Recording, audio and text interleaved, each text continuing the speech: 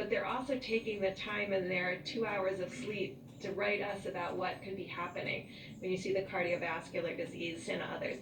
So in the model, and there's a large confidence interval. And so it's anywhere in the model between 80,000 and 160,000, maybe even potentially 200,000 people succumbing to this. That's with mitigation. In that model, they make full assumption that we continue doing exactly what we're doing, but even better, in every metro area with a level of intensity, because we're hoping that the models are not completely right, that we can do better than what the predictions are. But we're tracking it very closely, and I think there's people around the United States really helping us. Scientists across the country have really given freely of their time to really help us not only model this, but really assure that the American public knows how important it is that they stay doing this. You know, you could see from the recent data, and I'll have Dr. Fauci talk about young people that are being impacted here. We didn't see that the same way in Europe, but our population is about 8 or 9 years younger. And so we have to be attentive to all aspects of this, to children, to young people, to adults. We know still the people with pre-existing conditions and the elderly are at particularly high risk, but we don't want to lose any American. And so that's why I think the president came to the conclusion that at a minimum we have to continue what we've been doing, but even better. To every metro area out there, we have to do better. We have to ensure that we're protecting each other. Tony? So, at the risk of offending my modeling colleagues, models are good, but models often generate the kind of anxious question that you asked, is how bad could this possibly get? And as I've said many, many times, a model is as good as the assumptions that you put into the model. And very often, many of these assumptions are based on a complexity of issues that aren't necessarily the same, as Dr. Burke said, from one country to the other. So when you give a model, you have the worst extreme, you have the best extreme. Often the worst extreme means that you don't do anything. You just, as we say, let it rip and let it go. If you go to the lower end, that means you actually mitigate it really to the utmost. So what I like to do as a scientist, a physician, a public health official, is to not ignore models, but say, look at the data as it's evolving and do everything you possibly can to mitigate that instead of getting overly anxious about the extremes of the model. Again, not to push them aside completely, but the reason the president made the announcement today about going to the end of April is because we want to make sure that we don't prematurely think we're doing so great. We may be, but we want to push it to the extreme. So take that with you and maybe you'll be less anxious, okay? President, on behalf of the foreign pool, sir, you mentioned Italy. Just to finish with, Sure. so what both were saying and what Dr. Fauci just brought up, we don't want to do well and then end a little bit early and have it start going up again, because that would be a disaster. Go ahead, please. You mentioned Italy. Italy is a close ally of the United Yes. States. They are facing catastrophic time. Yes. They have been receiving help from countries like Russia, China, even Cuba. Cuban doctors have been sent to Italy. Is the United States stepping in to Yes, help we a are. In close fact, ally like I met Italy? last night with our people. We're sending them a lot of different things that we're not needing because we're obviously in need of a lot also. And we're also helping them monetarily. We are helping Italy a lot. We're working very closely with Italy, and we're working closely with Spain too, which is really hit hard. And we're working with everybody. I spoke with Angela Merkel the other day. Germany's hit hard. Their mortality rate is different, I think, because they do more testing. But their mortality rate is much different. Italy's mortality rate is very high. So is Spain. But we're working very closely with them. Yes, we had a big meeting on it last night. Admiral Giro, would you please come up and just talk a little bit about the tremendous success that's been made on testing from where we started? Thank you. Thank you, Mr. President. So as of close of business yesterday, we have been able to perform in the United States over 894,000 tests. So highly significantly increased every single day. Those tests are performed at a number of places, in hospitals, in your neighborhood, in the public health laboratories, the state public health laboratories and in our territories, as well as the large reference laboratories that are members of the American Clinical Laboratory Association.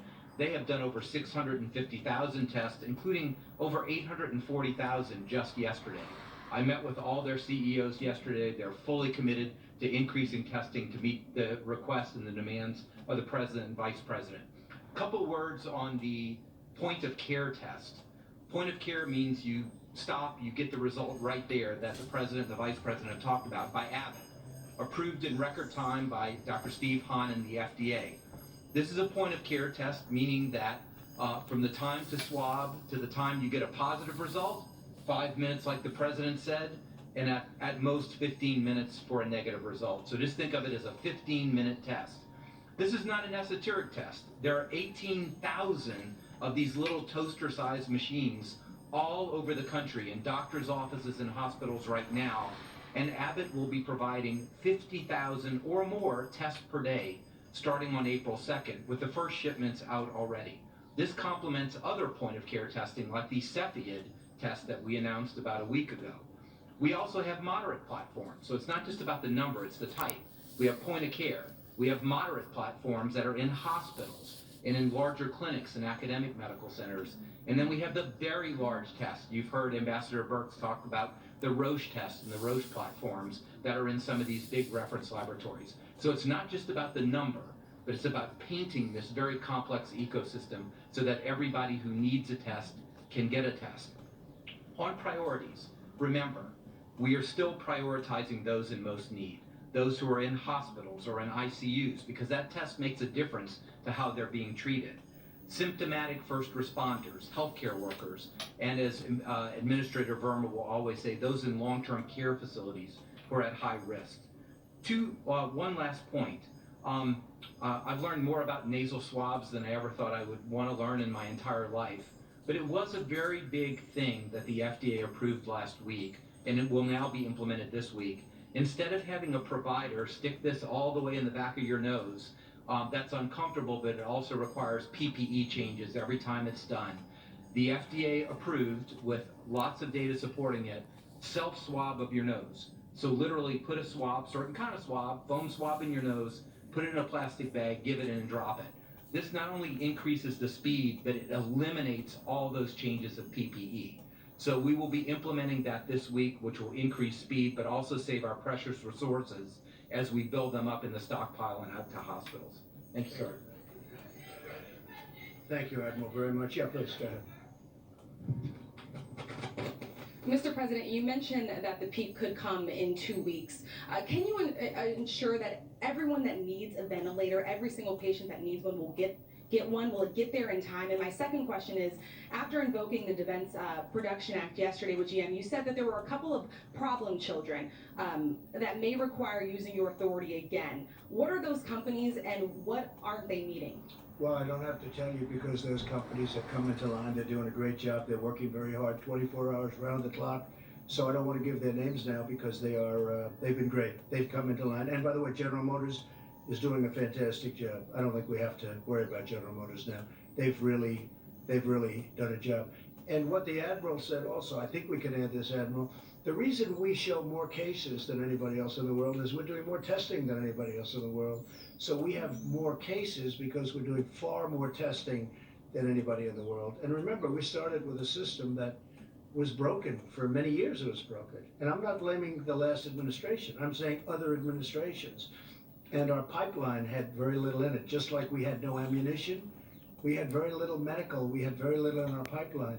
Now we have ammunition, more than hopefully we'll ever need, and we also have a pipeline that's packed.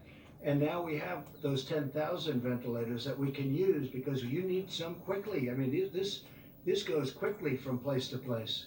I'd love to give them all out right now, but we need them quickly. I don't want to give them out and then we have to take them back and move them someplace else. So we're very much prepared, please. Mr. President, states like Florida have reportedly had 100% of their requests for supplies from the National Strategic Stockpile filled, but other states like Massachusetts have not. So how is that assessment being made, and why has Florida gotten its request? Well, I fulfilled? think you're gonna find that almost all states, look, I was on the call yesterday with the governors, and they were happy with the job we're doing. And I'll tell you what, if you had a different administration, they would not have been happy. These are people that speak their mind. They were happy. It was falsely reported by a couple of people that, oh, gee, they weren't. They were happy. They were thrilled. Florida has been taken care of, and Michigan has been taken care of. Very important state. To me, it's very important because I'm so proud of what we've done bringing car companies back into Michigan.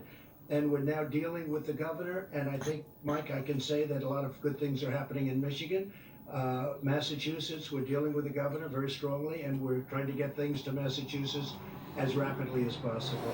Why has Florida received 100% of its requests compared to some other states? Is there a Well, reason? Florida, look, they're very aggressive in trying to get things, and they're doing a very good job. But I think I can say all of the governors are very committed. We're very committed. We're working together, and we're getting things out at a level that nobody's ever seen before. You can speak to FedEx, you can speak to UPS, you can speak. They've never done anything like this, what they're doing right now, and nobody in the world has been able to match what these great companies have been able to do. If we left that to government, it would have been a tough thing. We have mobilized private enterprise. We have mobilized the greatest companies in the world. And what's happening is incredible. And that includes Abbott, where Abbott comes out and all of a sudden, out of nowhere, comes up with this incredible test that simplifies everything and makes it so easy. So I think you're going to find most states are very happy. I'm dealing with the governor of Louisiana, John Bel Edwards. He's a Democrat, if that's what you're getting at. But I'm dealing with him very successfully. I think he's very happy. I think he's actually amazed at what he's been able to get. In fact, we were even forward thinking. I suggested we send additional ventilators and other things. We're building a hospital in Louisiana, very importantly. We're building hospitals in New Jersey. Governor Murphy of New Jersey is a terrific guy, and frankly, he wants, he's got a pretty hot spot right there, right next to New York. And we're doing hospitals, we're doing ventilators, we're getting a lot to Governor Murphy. That's New Jersey. May I ask- Last night I spoke to the governor of Connecticut. We had a great talk with him. We are really doing a job. Look, Gavin Newsom, the governor of California, he's been terrific. We sent him a boat way ahead of schedule, the ship way ahead of schedule, hospital ship, the Mercy, with 1,000 beds, operating rooms, and it's been in LA for 3 days already. So I think they're really happy. And when you think about it, in New York, we built 2,900 hospital rooms, beds. Nobody's ever seen it before. The governor's never seen anything like that before. This was done by federal government, not by state government. This was done by the federal government. They're opening it tomorrow. I wanted to be there so badly, but Secret Service and all of the people involved won't let me. They won't let me. I would love to be there, but they won't let me for obvious reasons. But I would have loved to have been at the opening tomorrow of the hospital in New York, Javits Center. But we're very proud of the job we've done. We've mobilized and getting better and better every day. And the task force headed by your vice president, the job they've done, and they don't even sleep. Okay, any other questions? Sir, may I just follow up on your letter to the governors that you sent, since we were on the topic of governors? You sent a letter to governors at the end of the week saying that you guys are going to be developing criteria to be able to classify Sure. counties Yeah. based on whether they were hotspots or whatnot. And I wanted to know if you have enough tests currently to be able to accurately rank those counties. Yeah, we're ranking counties and we're ranking states. And a lot of people put out false information because they don't know what they're talking about. And we took over a dead, barren system. We took over a system that was obsolete. It was good for a tiny little sample of people. And even that didn't work because when CDC first looked at their test, the biggest problem they had is the test didn't work. That wasn't from us. That's been there a long time. Now we have the best tests in the world, and nobody has. Now they're all calling, can we get the quick test? We call it the quick test, where, by the way, probably more accurate, and it takes a few minutes. I mean, it's pretty amazing what we've done. No, we're getting along great with the governors. Yeah, go ahead, please. No, go ahead, please. Thank you so much, Mr. President. I wanted to ask you more specifically about the strategy that you plan to unveil on Tuesday. What factors are you taking into consideration? What can the American people expect? And is it possible that these April 30th guidelines could be extended? Well, we hope not, but we think it's going to, we have aspirational thoughts. We would have loved to have been a little bit sooner, but we have to do it right.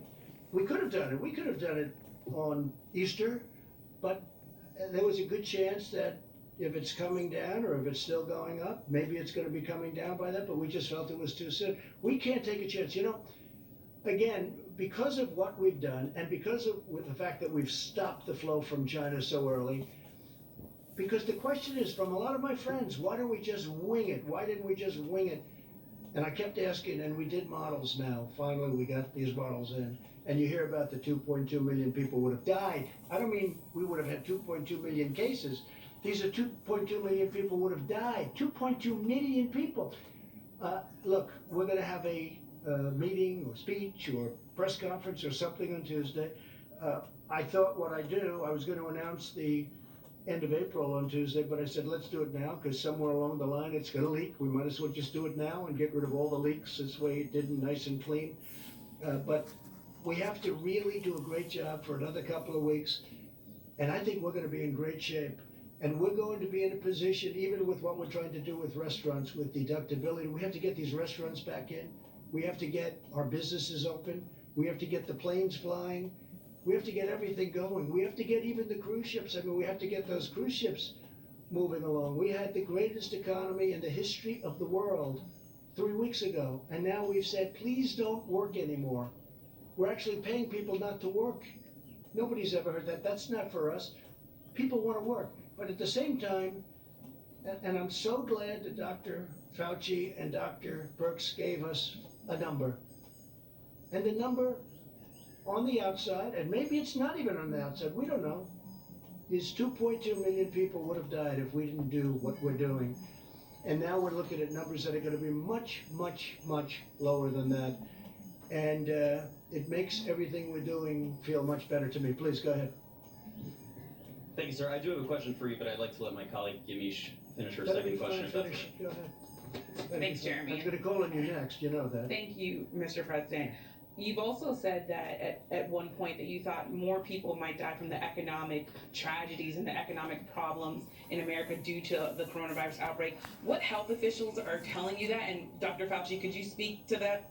The idea that there might be mental health and suicide related to this, would that outpace at some point the virus's impact on the society? Well, I Thank you. could ask Dr. Fauci to come up, but it's common sense. You're going to have massive depression, meaning mental depression. You're going to have depression in the economy also, but you're going to have mental depression for people. You're going to have large numbers of suicides. Take a look at what happens in a really horrible recession or worse. So you're going to have tremendous suicides, but you know what you're going to have more than anything else? Drug addiction.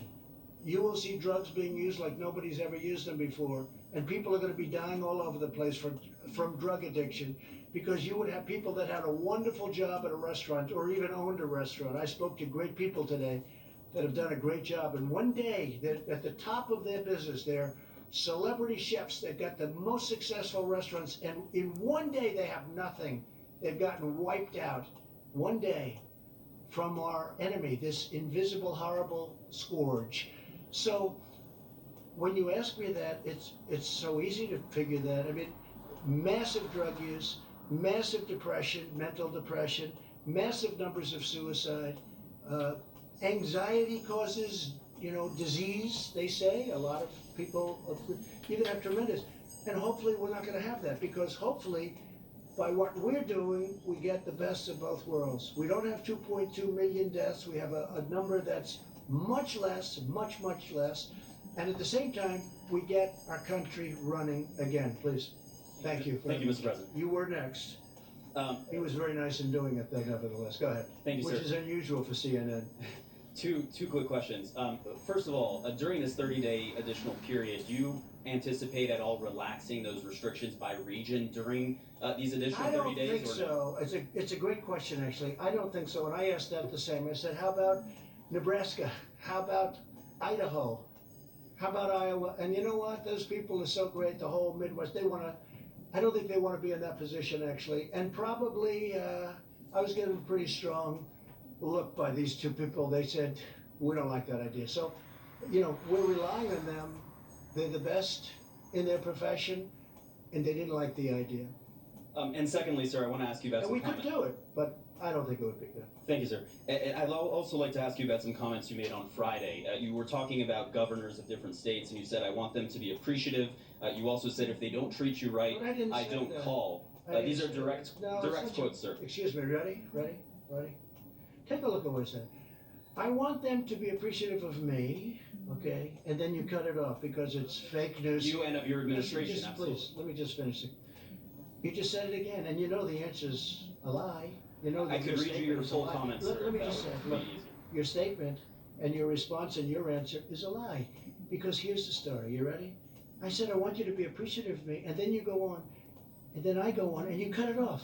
But it says You said, because I when want you're them to not, be appreciative. I don't want them to say things that aren't true. I want them to be appreciative. We've done a great job. And I'm not talking about me. I'm talking about Mike Pence, the task force. I'm talking about Thank FEMA, you. the Army Corps of Engineers. Thank you. But then you went on to say, if they don't treat you right, I don't call. He's a different type of person. I don't you said, call. referring to No, the I vice don't president. call. No, I don't call the governor of Washington Why in now. this time? But Mike Pence calls, and the head of FEMA calls. I don't stop them. Did I ever ask you to do anything negative, Mike, to Washington, the state of Washington?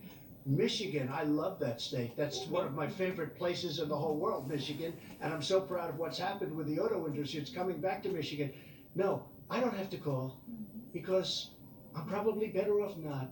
Because we don't get, he's a failed presidential candidate. He's a nasty person. I don't like the governor of Washington. So you know who calls? I get Mike Pence to call. I get the head of FEMA to call. I get the admiral to call. But what you didn't say, see, you started it off and you talked about, I have to be appreciative. But then, when you read the rest, it said, because if you don't appreciate, you're not respecting these incredible people, the two admirals, you're not appreciating FEMA and the Army Corps of Engineers who built 2,900 beds. Typical in 3.5 years, CNN. and you're not appreciating all of the work that's been done, and you're not appreciating these Taking incredible things people out of context. from private Shamefully. enterprise that are delivering things in numbers that nobody's ever seen. See, and that's why people aren't watching CNN very much anymore. That's why they don't like it. That's why your ratings are no good. Because you, even after knowing the truth for days now, you bring up the old lie. Read the rest of your question, the rest of your statement, you didn't put in. You have to put that in. And it said in there, FEMA, and it said in there, Army Corps of Engineers, because when they disrespect me, they're disrespecting our government. And you know what? I don't mind if I'm disrespected, but they can't disrespect the Army Corps of Engineers and FEMA. Okay. Why is a lack of a Please go ahead. I want them to appreciate the incredible job we're doing. We are doing a job the likes of which has never been done before. And there are a couple of people that know that. But for political reasons, let's say they're Democrats, they don't want to give this administration credit, and that's okay. But I don't have to deal with them. But our vice president does deal with them. Please go ahead. Thank you, Mr. But that's President. why CNN is not trusted anymore. They are not trusted. They are fake news. That's Remember. right. They are fake news, and I Yes, don't you trust are. them Go either. ahead. Thank you, Mr. President. I wanted to ask you about the extension of the CDC guidelines you've announced Yeah. today through the end of next month. And of course, you know that there have been the shelter-in-place orders that have been imposed by governors and mayors all throughout the country.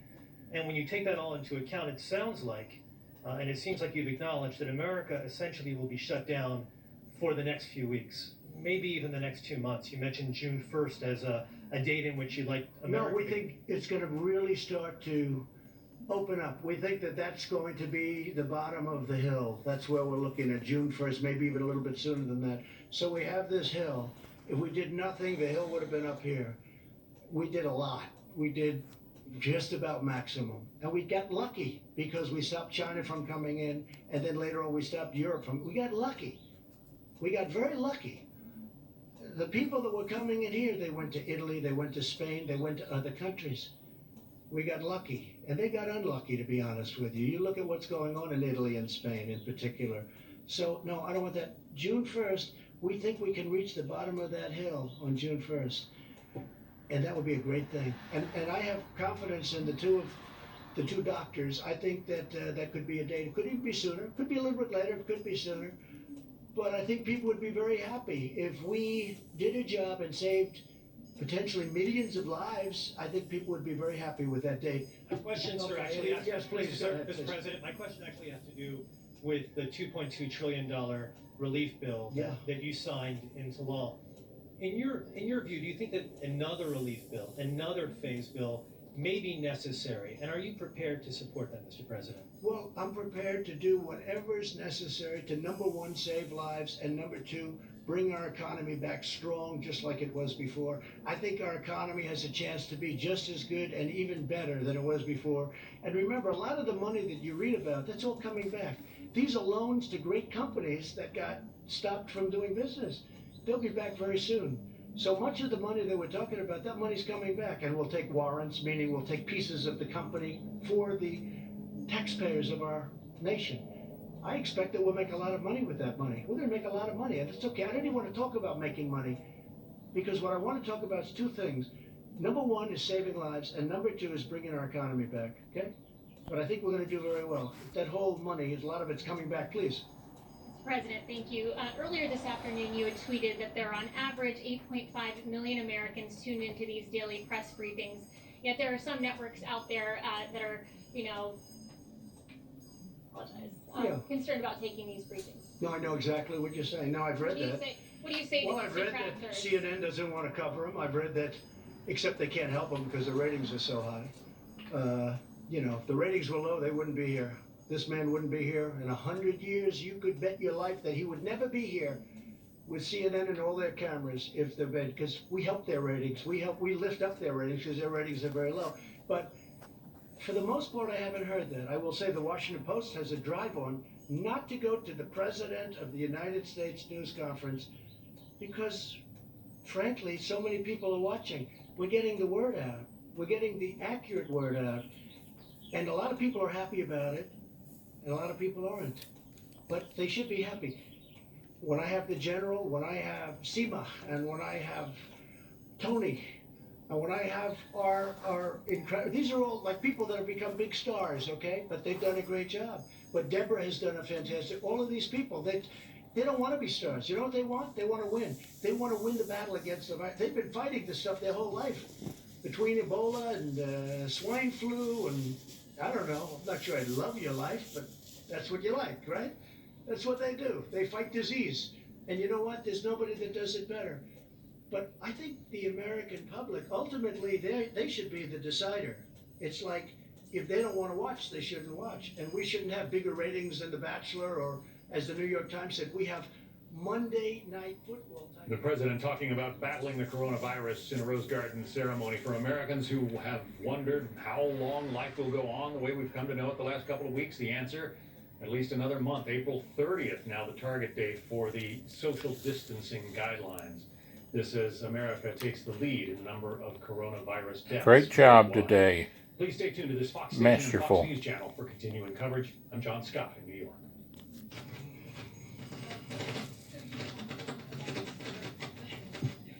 Thanks, Mr. President. You've talked a lot about concerns about leaving the for so long. Was there any dissent from your top economic advisors in your decision to leave the guidelines in place until the end of April? No, and this is before we heard the 2.2 million people. We had a lot of people were saying maybe we shouldn't do anything, just ride it. They say ride it like a cowboy. Just ride it, ride that sucker right through. That's where the 2.2 million people come in. Would have died, maybe, but it would have been 1.6 to 2.2, and that's not acceptable. But there were a lot of people that said, I thought about it. I said, maybe we should ride it through. You always hear about the flu. I talk about it all the time. We had a bad flu season. We're in the midst of a bad flu season. We had a bad season last year, as an example, a bad flu season. And you'll have 35, 36, 37,000 people die, sometimes more, sometimes less. But this is different, and part of this is the unknown. And part of it also is the viciousness of it. I had a friend who went to a hospital the other day. He's a little older, and he's heavy.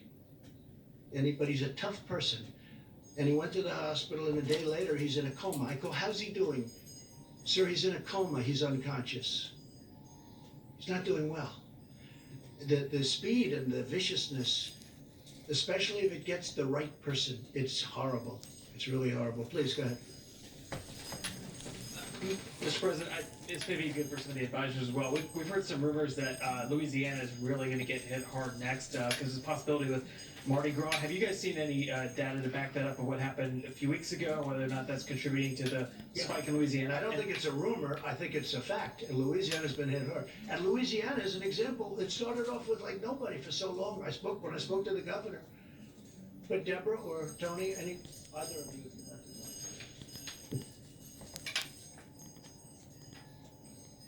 You know, I think you heard us talk about a week ago that we were very worried about the numbers and how they were increasing in Louisiana, how they were increasing in Cook County, how they were increasing in Dearborn and Detroit. And I think those are areas that we're still watching very carefully. And like the President said, when people get this virus, some people do very poorly. And when certain metro areas get exposed to the virus, we see this really very rapid expansion of the virus. We think it may have been circulating there for a couple of weeks. I don't like to look backwards. I only like to look forwards, and really we are putting all of our effort into ensuring that the people of New Orleans, the people of the Detroit region, frankly the people of New York. I mean, some of the fastest growing counties are not New York itself, New York City. When you look at it per 100,000, it's Rockland. It's Bergen. So, I mean, all of these places are people that have transited through cities, and that's why we really did want the travel advisory, just to really warn people to watch out for their own health, to really take their temperatures. And so it can go from 50, 100, 500 cases, and the next thing you know, it's 2,000, it's 4,000, it's 10,000. And because it then gets across all communities, people get very sick. You know, you made the comment about New Orleans. This can happen anywhere, and that's really one of the issues that we're concerned about, and why we were so reluctant to pull back at a time when we need to put our foot on the gas as opposed to on the brake. And as what Dr. Burke said, this is exactly what you see. There are a number of communities, cities, states, what have you out there, in which they're trickling along like that. Don't get complacent about that, because that's exactly the way the virus works. It goes like this, then like this, and then it goes up like that. That's exactly what happened in New Orleans. That's what happened in a terrible way with New York. That's what we're trying to avoid in multiple locations throughout the country. So we shouldn't take any solace when we see low levels in different states, different cities, different areas, because they're very vulnerable to an explosion. And Mr. President, last question for me, sir. Just real quick, I asked the Vice President a week ago, and I think we talked about it last week as well. You took the test that first time, I remember that, and I think you took it last week, Mr. Vice President. Have you had a chance to take it again? Does it get easier the second time around? Does it, you feel, how are you feeling? I think I'm waiting for that little 45-minute test. I sort of like that, or now it's down to 5 minutes, I understand. But no, I haven't, but I think I will take it again if it's appropriate. I don't feel there's any symptoms. I don't notice, have you noticed any sniffles? Nothing, right? So far I haven't felt that way, but there was a big, strong point made originally. I think it still holds. Take the test if you need it, if you have the symptoms. If you don't take it. That's put out by the professionals, so I don't have it, but I would take it. I just wanted to say one thing also about what Tony had mentioned. So I grew up in Queens, New York, and right next to a place called Elmhurst, Queens, and they have a hospital that's a very good hospital, Elmhurst Hospital, right? I've known it. I've known where it is. I can tell you the color on the outside, the size of the windows. I mean, I know it very well, right? I was near my community where I lived. And I've been watching that for the last week on television. Body bags all over in hallways. I've been watching them bring in trailer trucks, freezer trucks, because they can't handle the bodies. There's so many of them. This is essentially in my community in Queens, New York. I've seen things that I've never seen before. I mean, I've seen them, but I've seen them on television in faraway lands. I've never seen them in our country. Elmhurst Hospital. Unbelievable people. I mean, when I see the trucks pull up to take out bodies, and these are trucks that are as long as the Rose Garden, and they're pulling up to take out bodies, and you look inside and you see the black body bags. You say, what's in there? It's Elmhurst Hospital. Must be supplies. It's not supplies, it's people. I've never seen anything like it. So these people are doing a fantastic job, and somebody else who's doing a fantastic job is sitting here, who is the head of the task force. And I just maybe want to finish off because I'd like to ask Mike, what do you think about what we've done, and where do you think we're going, and how do you feel also, and you studied this so closely, how do you feel about the curve and the June 1st date? And that's aspirational, but I think that's really modified aspirational, because I think we're going to hit it, and maybe we'll even beat it. Okay, Mike, please. Thank you, Mr. President, and let me just join you in thanking the American people for the efforts the people of this nation have made over the past 15 days, and that we know they will continue to make over the next 30. You heard the President speak today about the modeling, and on Tuesday he will share with the nation the full range of counsel of the team that he assembled now months ago at the White House Coronavirus Task Force. We'll lay out to the country what could have been, but what we're continuing to work to make a reality. But in the meantime, I think every American should have a grateful heart. First and foremost, all the incredible healthcare workers that are on the front lines at places like Elmhurst and elsewhere every single day. As Dr. Burke said, getting just a few hours of sleep and going right back into work. I mean, they are the hands and feet of American compassion, and I want to say on behalf of your president and on behalf of the grateful nation that we're with you. We're going to continue to work tirelessly with these outstanding leaders at FEMA to make sure that you have the protective equipment to be able to do your job safely and go home to your family. We're going to continue to work with these incredible distributors.